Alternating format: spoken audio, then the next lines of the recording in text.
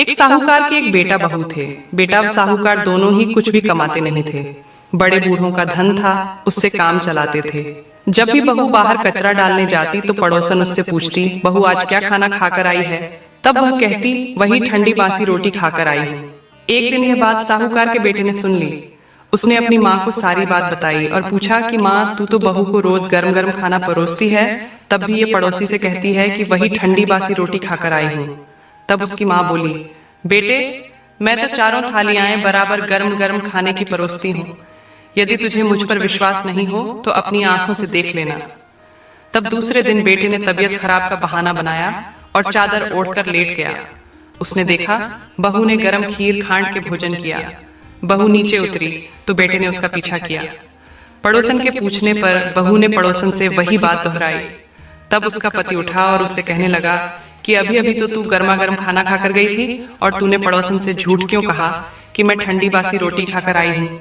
तब उसकी विद्वान पत्नी ने कहा कि यह ना तो आपकी कमाई हुई रोटी है, ना आपके पिताजी की। यदि इस तरह से बैठे बैठे धन को खर्च किया जाएगा तो कुएं के पानी की तरह एक दिन पूरा समाप्त हो जाएगा। तब उसका पति विदेश कमाने के लिए गया। पीछे से उसकी पत्नी 12 महीने की चौथ का व्रत करती थी। उसको परदेश में रहते हुए 12 वर्ष व्यतीत हो गए। चौथ माता विंदायक जी ने सोचा, अब इसके पति का घर बुलाना चाहिए तो हमें इस कलयुग में कौन मानेगा, कौन पूजेगा। चौथ माता लड़के के सपने में जाकर बोली कि तू घर चला जा, तेरी पत्नी तुझे बहुत याद करती है। तब वह बोला कि मैं कैसे चला जाऊं, मेरे यहाँ बहुत बड़ा कारोबार फैला हुआ है। तब चौथ माता बोली कि सुबह एक दीपक जलाकर चौथ माता का नाम लेकर बैठ जाना। देने वाले रुपये दे जाएंगे और लेने वाले ले जाएंगे। उसने सुबह उठकर वैसा ही किया और उसका सारा कारोबार एक दिन में ही सिमट गया। जब वह घर जाने के लिए रवाना हुआ तो रास्ते में उसे एक सांप आग के पास जाता हुआ मिला। लड़के ने सोचा सांप जल जाएगा तो उसने सांप को भगाने के लिए सिसकारी भरी। लेकिन तभी नागराज बोले कि हे पापी दुष्टी, मैं तो सांप योनि से मुक्त हो रहा था, लेकिन तूने मुझे सिसकार दिया, इसीलिए मैं अब तुझको डसूंगा। तब वह लड़का बोला, हे नागराज, तुम मुझे अवश्य खा लेना, मैं आपको वचन देता हूँ। मैं 12 वर्ष बाद अपने घर मिलने जा रहा हूँ, कल रात आप अवश्य आ जाना। जब पति घर आया तो वह बहुत उदास था। पत्नी के कारण पूछने पर उसने बताया, पत्नी चतुर थी। उसने एक सीढ़ी पर दूध का कटोरा रख दिया, दूसरी पर बालू मिट्टी बिछा दी, तीसरी पर फूल माला बिखेर दिए, चौथी पर इत्र छिड़क दिया, पांचवी पर मिठाई रख दी। इस तरह उसने 7 सीढ़ियों पर कुछ न कुछ रख दिया और दरवाजा खुला छोड़कर पलंग पर अपनी छोटी लटकाकर सो गई। सांप आया, सबसे पहले उसने दूध पिया तो बोला, साहूकार के बेटे, तूने सुख तो बहुत दिए हैं, पर वचन का बंधा हूँ, इसलिए तुझे डसूंगा अवश्य है। 7 सीढ़ियों पर उसने ऐसा ही कहा। जैसे ही वो उसको डसने लगा, चौथ माता और विंदायक जी ढाल और तलवार बन गए और उस सांप के 4 टुकड़े कर दिए। पूंछ का एक टुकड़ा लड़की की जूती में जाकर गिरा। सांप ने सोचा कि जब यह जूता पहनेगा तब इसको डस लूंगा। तभी वहां बहुत सी चिटियां आ गईं। उन्होंने कहा, ये स्त्री हमें रोज शक्कर व आटा खिलाती भी, इसलिए इसकी रक्षा करनी चाहिए। चिटियों ने उस पर हमला कर दिया और उसकी पूंछ को पोली कर दी। जैसे ही सुबह हुई वहां खून ही खून हो रहा था। माँ ने सोचा, मेरे बेटे बहू को किसी ने मार दिया है, इसीलिए वह चिल्लाने लगी। तभी बेटा बोला कि माँ खुशियां मनाओ, आज हमारा बैरी दुश्मन मर गया है। और पूछने लगा कि मेरे पीछे से मेरी दीर्घ आयु के लिए कोई उपाय किया था क्या? तब माँ बोली, मैंने तो कुछ भी नहीं किया। पत्नी से पूछने पर बोली कि 12 महीने की चौथ माता का व्रत करती थी, इसीलिए चौथ माता व विंदायक जी ने हमारी सहायता की है। तब सास बोली, ये झूठ बोलती है, रोज मैं इसे 4 बार रोटी देती थी, तो फिर इसने चौथ का व्रत कैसे किया? तब बहन बोली, एक बार गाय को खिलाती, एक मेहतरानी को देती, एक जमीन में गाड़ देती। शाम का खाना मैं चंद्रमा को अर्घ देकर खाती। यदि विश्वास नहीं है तो पूछ लो। तब गाय माता से पूछा तो वह हंसने लगी और पलाश के फूल उसके मुंह से गिरने लगे। जमीन में खोद कर देखा तो रोटियों की जगह सोने के चक्कर थे।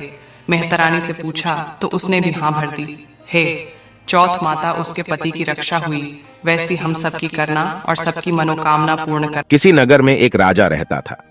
उसकी 2 रानियां थीं। बड़ी रानी बहुत ही गुस्सैल और कुटिल स्वभाव की थी। बड़ी रानी के 2 पुत्र भी थे, परंतु छोटी रानी इसके विपरीत बहुत ही नम्र, सबका आदर सत्कार करने वाली थी, परंतु उसकी कोई संतान नहीं थी। छोटी रानी गणेश जी की भक्त थी और हमेशा गणेश जी की भक्ति में ही लीन रहती थी। बड़ी रानी को राजा का छोटी रानी के पास जाना पसंद नहीं था, इसलिए वह राजा को किसी न किसी तरीके से अपने पास ही रोके रखती थी। एक बार राजा अपने नगर से दूसरे शहर जा रहे थे तो राजा ने बड़ी रानी से पूछा कि आपको दूसरे शहर से कुछ सामान मंगवाना है। तो बड़ी रानी ने कहा कि मुझे कपड़े, डेढ़े, गहने, बच्चों के लिए खिलौने और बहुत सी वस्तुएं उन्हें बता दी। फिर राजा ने छोटी रानी से पूछा कि आपको शहर से क्या चाहिए। तो छोटी रानी ने कहा कि मुझे कुछ भी नहीं चाहिए। जब मंत्री को इस बात का पता चला तो मंत्री ने राजा से कहा कि छोटी रानी अपने लिए कभी भी कुछ नहीं मांगती है, तो क्यों ना हम उनके लिए गणेश जी की एक प्रतिमा ले आएं। राजा यह सुनकर खुश हो गए। अब राजा शहर के लिए रवाना हो गए और वहां से वापस आने से पहले बड़ी रानी का बताया हुआ सारा सामान खरीद लाए।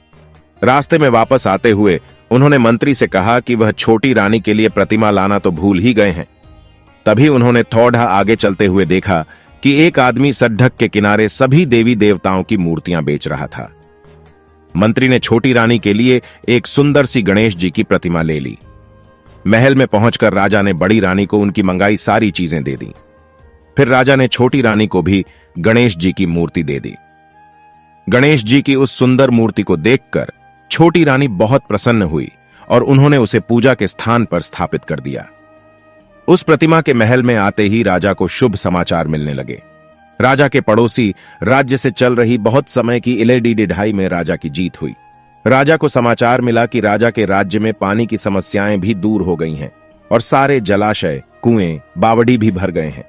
राजा के राज्य में फसल भी बहुत अच्छी हुई और कुछ महीनों बाद छोटी रानी को भी गर्भ ठहर गया। जब बड़ी रानी को पता चला कि छोटी रानी को भी गर्भ ठहर गया है तो वह बहुत विचलित हो गई। उसे लगा कि यह तो बहुत गलत हो गया है। उसने सोचा कि जब से यह गणेश जी की मूर्ति यहां स्थापित हुई है तब से कुछ ना कुछ अच्छा ही हो रहा है। तब बड़ी रानी ने अपनी दासियों से गणेश जी की उस मूर्ति को चुराने को कहा और बड़ी रानी ने उस प्रतिमा को महल के कुएं में डाल दिया। फिर रातों रात ही उस जगह एक बहुत ही सुंदर और बड़ा पेड़ हो गया। उस पेड़ पर सिर्फ एक ही सोने का सुंदर फूल लगा। सुबह उठकर जब सबने उस वृक्ष को और उस सोने के फूल को देखा तो सब हैरान रह गए। सब उस फूल को लेना चाह रहे थे पर वह फूल किसी के हाथ नहीं आ रहा था। बड़ी रानी भी वहां आई, राजा भी आए, फूल फिर भी किसी के हाथ नहीं आया। फिर अपनी छोटी रानी को बुलाने को कहा। छोटी रानी को भी वहां बुलाया गया। छोटी रानी के वहां आते ही उन्होंने अपनी झोली फैला दी और फिर अपने आप ही छोटी रानी की झोली में आ गिरा और गणेश जी की मूर्ति में बदल गया। राजा को उस मूर्ति को वहां देखकर बड़ा आश्चर्य हुआ और राजा ने पूछा, यह तो वही मूर्ति है जिसे मैं लेकर आया था, यह इस कुएं में कहां से आई? तो छोटी रानी ने कहा कि मुझे इस बारे में कुछ पता नहीं है। फिर वह प्रतिमा साक्षात गणेश जी में बदल गई और फिर गणेश जी ने कहा, जिसने भी इस मूर्ति को कुएं में फेंका था वह खुद बता दे, नहीं तो फिर मैं बताऊंगा। बड़ी रानी को अपने ऊपर शर्म आ रही थी पर फिर भी वह कुछ नहीं बोल पाई। फिर गणेश जी की कृपा से उस कुएं के पानी में सभी को वह दृश्य दिखाई दिया कि कैसे मूर्ति चुराकर कुएं में फेंकी गई। इसके बाद राजा ने बड़ी रानी को दंड स्वरूप नगर के बाहर पुराने किले में रहने का आदेश दिया। फिर गणेश जी भगवान फिर से मूर्ति में बदल गए। फिर राजा ने महल के अंदर एक भव्य मंदिर बनवाकर उस मूर्ति को पूरे विधि विधान से स्थापित करवाया। छोटी रानी ने 9 महीने बाद एक सुंदर पुत्र को जन्म दिया। उसके बाद सारा नगर गणेश जी का व्रत करने लगे।